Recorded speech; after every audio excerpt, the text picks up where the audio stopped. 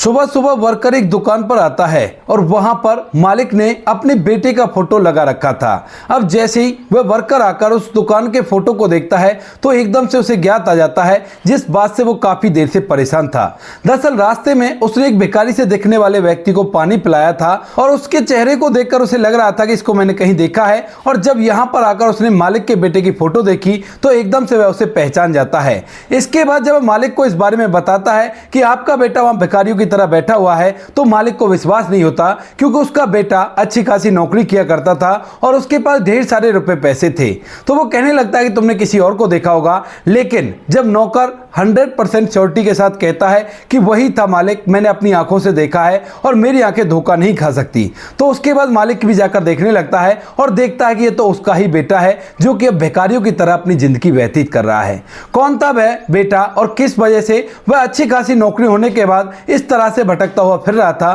पूरी सच्चाई के बारे में जानने के लिए वीडियो को अंत तक जरूर देखें। राजस्थान के जयपुर से थोड़ी दूर एक छोटा सा गांव होता है, जिस गांव के अंदर रमेश चंद जी रहा करते हैं। रमेश चंद जी के घर में वो है, उनकी पत्नी है और एक उनका बेटा है, जिस बेटे का नाम है मुकेश। मुकेश जो कि शहर में रहा करता है, क्योंकि अभी अभी वहां के एक बैंक में उसकी नौकरी लगी है मैनेजर के पद पर। माता पिता बड़े ही खुश होते हैं कि बेटे की नौकरी लग गई और इस नौकरी को लगाने के लिए उन्होंने कुछ रिश्वत भी दी थी अपने छोटे से जमीन के टुकड़े को बेचकर, ताकि बच्चा अच्छी तरह से कामयाब हो जाएगा तो उसके बाद ढेर सारी जमीनें खरीद लेगा। लेकिन यहां पर जो बेटा होता है वह माता पिता की मेहनत और उनके परिश्रम को बिल्कुल भी तवज्जो नहीं देता है। और जहां पर वह रहा करता है, जहां पर उसकी नौकरी होती है, उनके ही ऑफिस में एक लड़की काम करती है, जिस लड़की का नाम होता है निर्मा। निर्मा जो कि देखने में काफी ज्यादा खूबसूरत थी, लेकिन दिमाग से उतनी ही शातिर थी। यहां पर निर्मा जैसे ही देखती है कि मुकेश उसकी तरफ देखता है तो वह उसके ऊपर अपने प्रेम जाल को फैलाने लगती है और यहां से मुकेश से शादी करने के लिए उसे तैयार करा लेती है। इसके बाद मुकेश भी उसके प्रेम जाल में फंस जाता है और अपने माता पिता को बिना बताए निर्मा से शादी कर लेता है। दरअसल जो निर्मा है, उसके माता पिता ने उसे घर से निकाल दिया था, क्योंकि ना तो उसमें किसी से बात करने की तमीज थी और वह घर वालों की किसी भी बात को नहीं माना करती थी। इसी वजह से माता पिता ने जब उससे कुछ बात मानने के लिए कहा तो उसने साफ साफ मना कर दिया। और यहां पर निर्मा की बैंक में क्लर्क की जॉब थी, तो इसी वजह से वह उस घर को छोड़कर यहां पर अलग से रहने लगती है। अब मुकेश से उसकी शादी होने के बाद वह मुकेश के साथ रहने लगती है और मुकेश यहां पर एक किराए के कमरे में रहा करता है। मुकेश की जैसे निर्मा से शादी होती है तो उसके बाद वह सोचने लगता है कि अब निर्मा को अपने घर ले जाया जाए और माता पिता से इसको मिलाया जाए। यही सोचकर मुकेश एक दिन ऑफिस से छुट्टी लेता है और निर्मा की भी छुट्टी कराता है और सीधा अपने माता पिता के घर गांव में पहुंच जाता है। रास्ते में मुकेश ने फोन किया था कि मैं घर आ रहा हूं, तो माता पिता पूरी तरह से तैयार थे। लेकिन घर आने के बाद जैसे ही वो मुकेश के साथ निर्मा को देखते हैं तो एकदम से हैरान हो जाते हैं और पूछने लगते हैं कि बेटा ये कौन है। तभी जो मुकेश होता है बिना किसी हेजिटेशन के डायरेक्ट बोल देता है कि पिताजी ये आपकी बहू है, मैंने इससे शादी कर ली है। अब इस बात को सुनकर जो मुकेश के पिता रमेश चंद होते हैं, उन्हें एकदम से धक्का सा लगता है और वे सोचने लगते हैं कि ये बेटे ने क्या कर लिया, हमसे पूछा तक भी नहीं कि पिताजी मैं शादी कर रहा हूं। अगर वे एक बार हमसे बता देता तो हम खुशी खुशी उसकी शादी करा देते, लेकिन अब जो बेटे ने कर लिया था उस पर उनका कोई भी कंट्रोल नहीं था। तो इसी वजह से पिता भी अपने मन को मारकर बैठ जाते हैं और जो कुछ हो रहा था उसी के साथ जीवन को जीने की कोशिश करते हैं। मुकेश अपने माता पिता से निर्मा को मिलाता है और 2 दिन वहीं पर रहकर वहां से सीधा दोबारा से शहर में चला जाता है और वहीं पर रहने लगता है। वहां पर रहने के दौरान जो यहां पर निर्मा होती है, वह मुकेश के गांव के घर को देख चुकी थी और इसके बाद उसके दिमाग में एक अलग ही खुरापात चलने लगती है। शादी को जैसे 1 साल बीतता है तो उसके बाद जो निर्मा होती है वह अपने घर के लिए मांग करने लगती है और इसके बाद जो मुकेश होता है वह उसे समझाने लगता है, कहता है कि हमारे पास अभी इतने पैसे नहीं है, हम कहां से लाएंगे इतने पैसे। तो जो निर्मा होती है वो कहने लगती है कि गांव का घर तो है, उसको बेच दो, कुछ पैसे उससे आ जाएंगे और कुछ पैसे तुम अपनी तनख्वाह पर लोन ले लेना। इस बात को सुनकर मुकेश जो पूरी तरह से निर्मा के प्यार में पड़ा हुआ था, वह निर्मा की बात मानने के लिए तैयार हो जाता है और वह अपनी सैलरी पर लोन करवा लेता है और उसकी किस्त काफी ज्यादा हाई रख देता है ताकि लोन जल्दी से पूरा हो सके और उनमें निर्मा भी उसका सहारा देने की कहती है। इसके बाद जो मुकेश होता है वह अपने पिता वाले घर को बिचवाने के लिए वहां से सीधा अपने पिता के यहाँ पर जाता है और पिता से कहने लगता है कि पिताजी, अब आप लोग यहाँ पर रहकर क्या करोगे, आप लोग मेरे साथ चलो, वहीं शहर में रहेंगे और वहां पर मैं अपने लिए एक घर देख रहा हूं, उसको लेकर उसके अंदर रहेंगे। अब माता पिता इस बात को सुनकर बड़े खुश होते हैं और कहते हैं कि ठीक है बेटा, चलते हैं, वहीं पर हम तुम्हारे साथ रह लेंगे, कोई बड़ी बात नहीं है, वैसे भी ये तो हमारा इकलौता बेटा है। लेकिन तभी जो मुकेश होता है वह अपनी मनसा को अपने पिता रमेश चंद के सामने जाहिर कर देता है और कहता है कि पिताजी, मैं सोच रहा था कि क्यों ना हम इस घर को बेच दें और जब ये घर बिक जाएगा तो उन पैसों से मैं उस घर में कुछ सहारा ले लूंगा, क्योंकि शहर के अंदर जमीन महंगी रहा करती है तो घर काफी ज्यादा महंगा मिल रहा है। कुछ पैसों का इंतजाम मैंने कर लिया है और कुछ पैसे इस घर को बेचने के बाद मिल जाएंगे। जैसे रमेश चंद ये बात सुनता है तो एकदम से उसे बड़ी हैरानी होती है और वह अपने बेटे की तरफ अजीब निगाहों से देखने लगता है। लेकिन वहीं पर रमेश चंद की जो पत्नी होती है वह उससे कहने लगती है कि कोई बात नहीं बेटा, अगर तरक्की करना चाहता है तो इससे हमें क्या परेशानी है, जैसा बेटा कह रहा है वैसा कर लेते हैं, कम से कम वो घर भी तो अपना ही रहेगा, हमारा बेटा कहाँ हमसे अलग ले जाएगा किसी चीज को। इस बात को सुनकर रमेश चंद भी अब अपने उस पुश्तैनी घर को बेचने के लिए तैयार हो जाते हैं और इसके बाद गांव में उनका कुछ भी नहीं रहने वाला था। घर को बेचने के बाद माता पिता दोनों अपने बेटे के साथ शहर चले जाते हैं और वहीं पर उसके साथ किराए के मकान में रहने लगते हैं। उसके जितने भी पैसे होते हैं पिता ने अपने बेटे को भरोसे पर दे दिए थे और इसके बाद बेटे का जब लोन हो जाता है तो वह एक घर देखता है और उस घर को खरीदने का प्रक्रिया करने लगता है। घर को खरीदने के दौरान उसका पिता उससे पूछने लगता है कि बेटा, इस घर को किसके नाम कराएगा, तो उसके बाद बेटा कहने लगता है कि पिताजी, इसको मैं अपने नाम तो नहीं कराऊंगा, आपकी बहू के नाम कराऊंगा, क्योंकि महिला के नाम होने से कुछ टैक्स कम देना पड़ेगा। अब इस बात को सुनकर पिता कहने लगता है कि बेटा, अगर तुझे महिला के नाम कराना है तो अपनी माँ के नाम करा दे, लेकिन अपनी पत्नी के नाम मत करा, क्योंकि अभी अभी तेरी उससे शादी हुई है और बुजुर्ग लोग कहा करते हैं कि ऐसा नहीं किया करते। बेटा कहने लगता है कि क्यों पिताजी, अगर उसके नाम करा दूंगा तो क्या परेशानी है।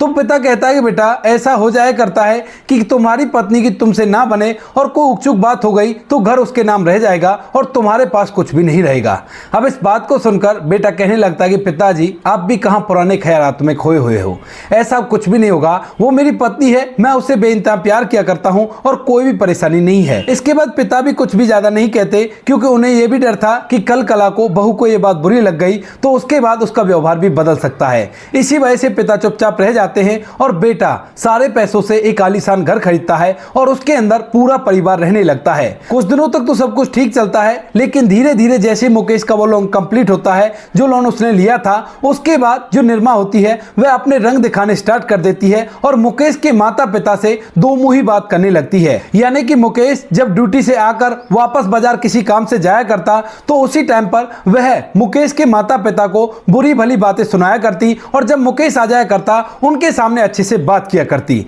माता पिता इस बात को देखकर पूरी तरह से हैरान हो जाते हैं। जब ये बात बार बार उनके ऊपर दोहराई जाती है तो उसके बाद जो यहाँ पर माता पिता होते हैं वह समझ जाते हैं कि बहू उनके साथ खेल खेल रही है और अब उसे हम अच्छे नहीं लग रहे। इसके बाद वो काफी ज्यादा परेशान होते हैं, क्योंकि उनके पास और कोई ठिकाना नहीं था, इकलौता बेटा था और उसकी पत्नी उनके साथ ऐसा व्यवहार कर रही थी। बेटे को वो बताने की भी कोशिश करते हैं, लेकिन उन्हें डर लगता है कि कहीं बेटे का घर ना बिगड़ जाए, क्योंकि आज के समय में बहुत सारे किस्से उन्होंने ऐसे सुन रखे थे जिस वजह से बहुएं बेटों को छोड़कर चली जाया करती हैं और ऊपर से उल्टा सीधा केस भी लगा दिया करती हैं। इसी वजह से वह काफी दिनों तक इस बात को सहन करते हैं, लेकिन जब बात बर्दाश्त के बाहर हो जाती है, जब यहाँ पर जो निर्मा होती है वो उन्हें गालियां तक देने लगती है बेटे के पीछे से, तो उसके बाद एक दिन जो पिता होता है वह अपने बेटे से इस बारे में बात करने लगता है। वह कहता है कि बेटा, बहू का व्यवहार हमारे लिए काफी ज्यादा खराब है और तू उसे समझा दे। लेकिन तभी जो बहू होती है निर्मा, उसे ये बात सुन जाती है और इस बात को सुनने के बाद जो निर्मा होती है वह अपने ससुर को अपने पति के सामने ही खरी खोटी सुनाने लगती है और कहने लगती है कि क्या तुम्हें अपने बेटे का घर बसता हुआ अच्छा नहीं लग रहा जो तुम ऐसा कर रही हो। अब तक जो मुकेश था वह भी अपनी पत्नी की चाल में चलने लगा था, क्योंकि घर भी उसके नाम था और सारे कुछ पैसों का हिसाब किताब वही देखा करती, ऊपर से वो कमाया भी करती थी। तो इसी वजह से जब पत्नी पिताजी से ऐसी बात कह रही थी तो उसके बाद मुकेश कुछ भी नहीं कह पाता है। इसके बाद मुकेश के पिता जब देखते हैं कि बेटा उनकी बिल्कुल भी हिमायत नहीं ले रहा है तो उसके बाद वो वो अपनी आंखों में आंसू ले आते हैं और वहीं पर मुकेश की जो माँ होती है वह भी आ जाती है। पति को रोता हुआ देखकर वह उन्हें संभालती है और कहती है कि कोई बात नहीं, अभी हम इतने बुजुर्ग नहीं है, हम अपना समय आराम से व्यतीत कर सकते हैं। जब बेटा और बहू दोनों को हम अच्छे नहीं लग रहे तो चलो इस घर में रहकर क्या फायदा। इस बात को सुनकर मुकेश, जो कि रोकना तो चाहता था लेकिन अपनी पत्नी की वजह से उन्हें नहीं रोक पाता है, और यहाँ पर जो मुकेश की पत्नी निर्मा होती है वो कह देती है कि हाँ चले जाओ, तुम कौन सा हमारे लिए कुछ कर रहे हो, बेशक से यहाँ से चले जाओ, हम पर कोई भी फर्क नहीं पड़ता। ऐसा कहकर पत्नी अपने कमरे में घुस जाती है। इधर जो मुकेश होता है वह अपने माता पिता को देखने लगता है, लेकिन थोड़ी देर में जो माता पिता होते हैं अपना छोटा मोटा सामान जो कुछ भी उनका था उसे अपने साथ पैक करते हैं और एक सूटकेस को लेकर उस घर से निकलने लगते हैं। मुकेश उन्हें रोकना तो चाहता है लेकिन पत्नी की वजह से वह नहीं रोक पाता है, क्योंकि पत्नी ने सब कुछ अपने अंडर में कर रखा था। माता पिता वहां से उस बैग को लेकर जाते हुए अपने बेटे की तरफ देखते हैं और उन्हें अपने बेटे की मजबूरी साफ साफ दिखाई दे रही थी। इसके बाद वो लोग घर से बाहर तो निकल जाते हैं और मानो पिता जाते जाते कह रहे हो कि बेटा अगर मेरी एक बात भी मान लेता तो आज ये दिन नहीं देखना पड़ता। माता पिता घर से बाहर निकल गए थे और बाहर निकलकर एक चौराहे के फुटपाथ पर जाकर बैठ जाते हैं और बहुत कुछ सोचने लगते हैं। सोचते हैं कि हमने अपने बेटे को जन्म दिया था, बड़ा किया था ताकि वो हमारी सेवा कर सके, लेकिन बेटे ने तो हमें एक बार भी नहीं रोका, आखिर ऐसा हमने क्या कर दिया। तभी वो अपने मन को भी समझा लेते हैं कि उसकी मजबूरी है, क्योंकि सब कुछ बहू के नाम है, तो इसी वजह से वो ऐसा कर रहा होगा। इस बात को सोचकर वह काफी ज्यादा मायूस और उदास बैठे हुए थे और तभी वहां से एक रविंद्र नाम का लड़का, जिसके घर में उसकी पत्नी, उसके बच्चे हैं और उसके माता पिता नहीं है, वह अपनी गाड़ी लेकर निकलता है और उसे दो बुजुर्ग उदास बैठे हुए दिखाई देते हैं, जिनकी चेहरों को देखकर साफ साफ महसूस हो रहा था कि इनका अब कोई भी ठिकाना नहीं है और इन्हें ठिकाने की सख्त से सख्त जरूरत है। इसी वजह से जो रविंद्र होता है वह उनके पास रुकता है और उनसे पूछने लगता है कि अंकल आंटी, क्या आपको कोई मदद चाहिए? अगर मदद चाहिए तो मुझे बता दीजिए, मैं आपकी हर तरह से मदद कर सकता हूं। अब यहाँ पर पहले तो रमेश चंद उनसे मना करते हैं, लेकिन रमेश चंद के शक्ल को देखकर साफ साफ दिखाई दे रहा था कि वो मना करते हुए भी मदद की आस रख रहे हैं। तभी जो रविंद्र होता है वह अपनी गाड़ी से उतरता है और उतरने के बाद उन दोनों के पास बैठ जाता है। बैठने के बाद वो उससे बात करने लगता है और बातों के दौरान यहाँ पर रमेश चंद और उनकी पत्नी अपने जज्बातों को नहीं रोक पाते हैं और फूट फूट कर रोने लगते हैं। कहते हैं कि बेटा हमारे साथ बहुत बुरा हो गया और हम अब करें भी तो क्या करें, क्योंकि हमारे पास ना तो कोई ठिकाना बचा है और ना ही हमारा बेटा है जिसकी पालन पोषण में अपनी पूरी जिंदगी लगा दी, वो भी हमें छोड़ चुका है।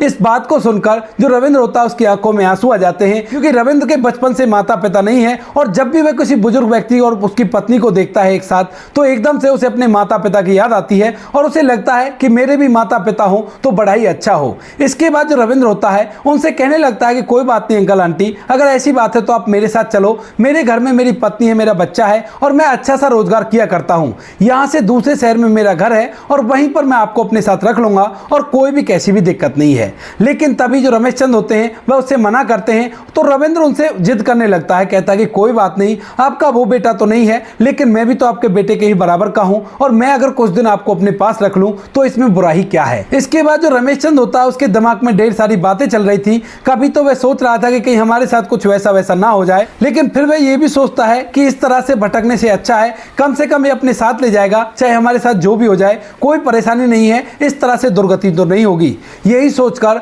जो रमेश चंद होता है वह रविंद्र के साथ चलने के लिए तैयार हो जाता है। रविंद्र उन्हें अपने साथ गाड़ी में बिठा लेता है, लेकिन तभी रमेश चंद कहने लगता है कि बेटा तुम हमें अपने साथ तो ले जा रहे हो, लेकिन तुम्हें हमें को रोजगार देना होगा, उसके बाद ही हम तेरा घर का खाना खा सकते हैं, वरना हम बिल्कुल भी तुम्हारे घर नहीं चलेंगे। रविंद्र कहता है कि कोई बात नहीं अंकल आंटी, आपको रोजगार करना है तो रोजगार भी कर लेना, लेकिन मेरे घर में मेरे माता पिता की जगह पर आपको रहना है। रमेश चंद अब उसके साथ चल देते हैं, लेकिन कहीं ना कहीं मन में डर भी है और जैसे ही वो लोग उसके घर पर पहुंचते हैं तो घर को देखने के बाद एकदम से उनका पूरा के पूरा डर छूमंतर हो जाता है, क्योंकि ये वैसा ही घर था जैसा उसने बताया था और यहाँ पर रविंद्र की पत्नी भी होती है और उसके दो बच्चे भी होते हैं। जैसे रविंद्र की पत्नी और बच्चों को वो लोग देखते हैं तो एकदम से उनकी पूरी हेजिटेशन दूर हो जाती है और वह सोचने लगते हैं कि ये बच्चा तो सच्चा है और ये सही कह रहा था। इसके बाद जो रविंद्र की पत्नी होती है उसे उसने पहले ही फोन करके बता दिया था कि मैं एक बुजुर्ग दंपति को लेकर आ रहा हूं, उनके बेटे ने उन्हें निकाल दिया है और आप अच्छे से उनके स्वागत की तैयारी करना।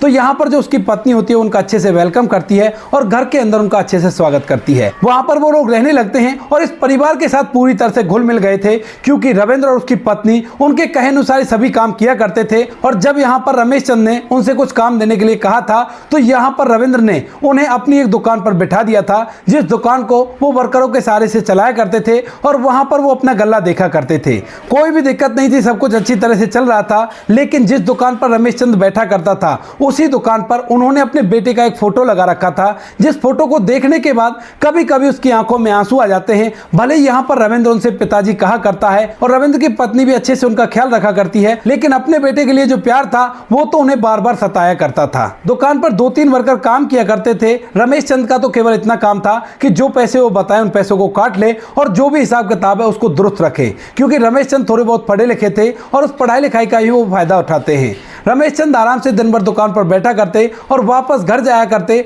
तो यहाँ पर रविंद्र के जो बच्चे हैं वो दादू दादू कहकर उनको संबोधित किया करते और यहाँ पर रमेश चंद अच्छी तरह से परिवार के अंदर घुल मिल जाते हैं। धीरे धीरे लगभग वहां पर रहते हुए उन्हें 5 साल बीत जाते हैं और 5 साल बाद एक दिन अचानक से सुबह सुबह रमेश चंद की दुकान पर काम करने वाले एक वर्कर जैसी दुकान पर आता है और वह उस फोटो को देखता है। तो एकदम से थोड़ी देर सोचने के बाद कहने लगता है कि मालिक, इस व्यक्ति को तो मैंने अभी अभी देखा है, ये तो भिखारियों की तरह इधर उधर घूम रहा था। आप बता रहे थे ये आपका बेटा है और अच्छी खासी नौकरी किया करता है, तो फिर ये क्या हो गया जो वो इस तरह से बैठा हुआ है। इस बात को सुनकर रमेश चंद को विश्वास नहीं आता और वो कहने लगता है कि तू पागल तो नहीं हो गया, मेरा बेटा तो अपने घर में रहा करता होगा, यहाँ पर क्या करेगा। लेकिन तभी जो वह वर्कर होता है वो कहने लगता है कि नहीं मालिक, मैंने अपने हाथों से इसे पानी पिलाया है, क्योंकि जब मैं नौकरी आ रहा था तो ये बड़ा ही मायूस बैठा हुआ था और मैंने इससे पूछा कि भाई तुम्हें कोई मदद चाहिए, तो इसके बाद इसने कहा कि अगर आपके पास हो तो मुझे पानी पिला दो। मैं जो कि बोतल अपने साथ कैरी किया करता हूं, तो मैंने उसी बोतल से इसको पानी पिलाया है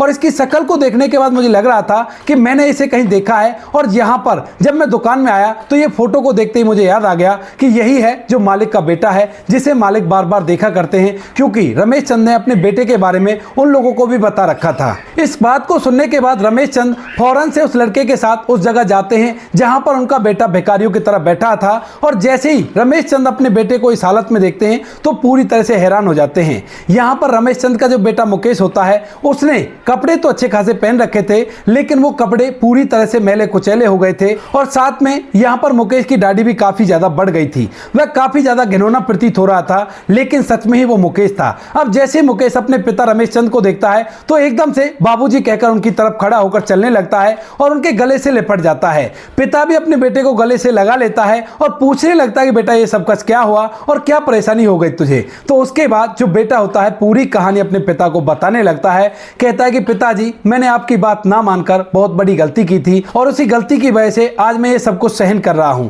दरअसल जो घर मैंने अपनी पत्नी के नाम कराया था उसे मुझे नहीं कराना चाहिए था, और जैसे ही आप लोग वहां से आ गए तो उसके कुछ दिनों तक तो सब कुछ ठीक चलता है। जैसे ही कुछ दिन बाद मैं अपनी पत्नी से बच्चे के लिए बोलने लगता हूं, लेकिन मेरी पत्नी बच्चा पैदा करने के लिए तैयार नहीं थी और वो बार बार कहा करती कि अभी रुक जाओ, अभी कौन सी जल्दी है। और जब मैंने एक दिन उससे फोर्सली कहा कि बच्चा तो हमें पैदा करना ही होगा, अपना वंश भी तो आगे बढ़ाना है, तो उसके बाद उसके तेवर पूरी तरह से बदल गए और धीरे धीरे करके उसने मुझे भी किनारा कर दिया और एक और लड़के के साथ अवैध प्रेम प्रसंगों में पड़ गई और उसने मुझे तलाक दे दिया है। इस बात को सुनकर पिता रमेश चंद कहने लगते कि बेटा, तेरे साथ जो कुछ भी हुआ वैसे तो सही हुआ है, क्योंकि तूने किसी भी जिंदगी के अहम फैसले को लेने से पहले हमारी एक बात नहीं मानी और जरा भी हमें पूछना सही नहीं समझा। इस बात को सुनकर जो मुकेश होता है वह फूट फूट कर रोने लगता है और कहता है कि बाबूजी माफ कर दो, बहुत बड़ी गलती हो गई और अब मैं आपके साथ रहना चाहता हूं। लेकिन वहीं पर रमेश चंद कहने लगता है कि बेटा, मेरे पास कुछ भी नहीं है, मैं तो एक दूसरे बच्चे के साथ रहा करता हूं और मैं तो अपना जीवन जैसे तैसे व्यतीत कर रहा हूं। वह अपने बेटे को पूरी कहानी बताता है कि किस किस तरह से रविंद्र उन्हें अपने साथ रख रहा है और वह उसके लिए काम करके उसके घर में रहा करते हैं। इसके बाद यहाँ पर जो मुकेश होता है वो कहता है कि कोई बात नहीं, काम की ही तो बात है, मैं काम कर लूंगा। अब मुझे तसल्ली है कि आप लोग मुझे पता है कि कहाँ रह रहे हो, तो मैं आराम से अपनी नौकरी कर सकता हूँ। जब से मुकेश की पत्नी ने उसे तलाक दिया है तो उसके बाद वह पूरी तरह से बौखला गया था, क्योंकि उसका पूरा परिवार एक पल में उससे छिन गया था और इसी वजह से वह नौकरी नहीं कर रहा था। इसके बाद उसके माता पिता कहते कहते हैं कि कोई बात नहीं बेटा, तू अपने जीवन को अच्छी तरह से व्यतीत कर और जब तू अच्छी तरह से सेटल हो जाए तो उसके बाद हमें बता देना, हम लोग भी तुमसे मिलने के लिए आएंगे। इसके बाद मुकेश वहां से वापस लौट जाता है और दोबारा से अपनी नौकरी को कंटिन्यू करने लगता है। वह एक किराए का घर लेता है और उस घर के अंदर रहकर अच्छी तरह से नौकरी को करता है। स्टार्टिंग में कुछ दिक्कतें तो आती हैं क्योंकि 7-8 दिन के लिए लगातार उसने छुट्टी ली थी बिना किसी को बताए, लेकिन जैसे तैसे वो मैनेज करता है और दोबारा से अपनी जिंदगी को पटरी पर ले आता है। कुछ दिनों बाद वह एक छोटा सा मकान खरीदता है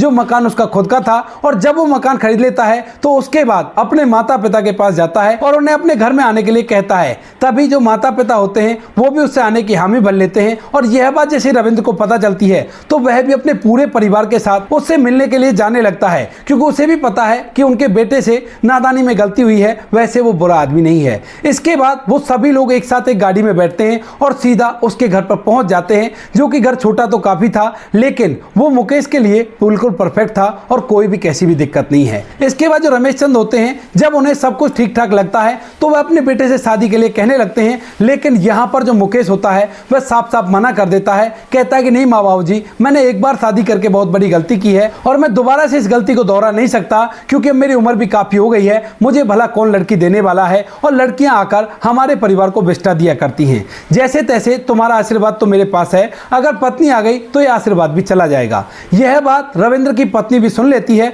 और रविंद्र की जो पत्नी होती है उसकी एक बड़ी बहन होती है जो विधवा हो चुकी थी और फिलहाल अपने मायके में बैठी हुई थी। अब जैसे ही वो ये बात सुनती है, देखती है कि यहाँ पर मुकेश बिना शादी के ऐसे घूम रहा है, तो वह इस बात के बारे में अपने पति रविंद्र से बात करती है, साथ में मुकेश के माता पिता से बात करती है। और इसके बाद जब माता पिता ये सुनते हैं रविंद्र की पत्नी की बड़ी बहन है, तो वह लोग इस रिश्ते के लिए राजी हो जाते हैं और बेटे से कहते हैं कि बेटा, अब तक जितने भी काम तुमने किए हैं वो अपनी मर्जी से किए हैं, लेकिन ये काम हमें अपनी मर्जी से कर लेने दो, क्योंकि इस लड़की को हमने काफी दिनों से देखा है और ये बड़ी संस्कारी है, तो इसकी बड़ी बहन भी संस्कारी ही होगी। तो मुझसे बिना कुछ कहे, बिना किसी शर्त के शादी कर लो और शादी करके अपना घर बसाओ। मुकेश अपने माता पिता की बात मान जाता है और इसके बाद जो मुकेश होता है वह रविंद्र की पत्नी की बड़ी बहन से शादी करके वहीं पर उसी घर में रहने लगता है। धीरे धीरे शादी को जैसे ही 1 साल बीतता है तो 1 साल बाद अचानक से मुकेश को एक बच्चा होता है और उसकी पत्नी ने एक बेटे को जन्म दिया था। इस बेटे को पाकर मुकेश की जिंदगी में खुशियां और भी लौटाती हैं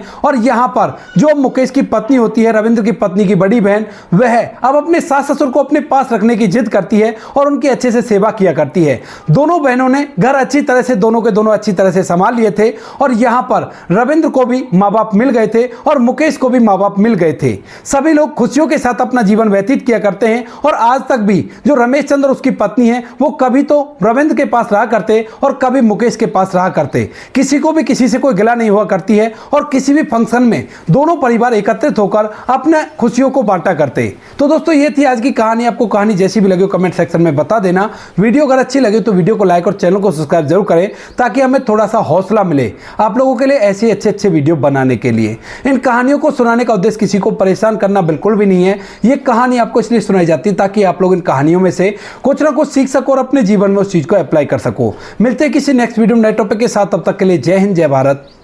जय हिंदुस्तान।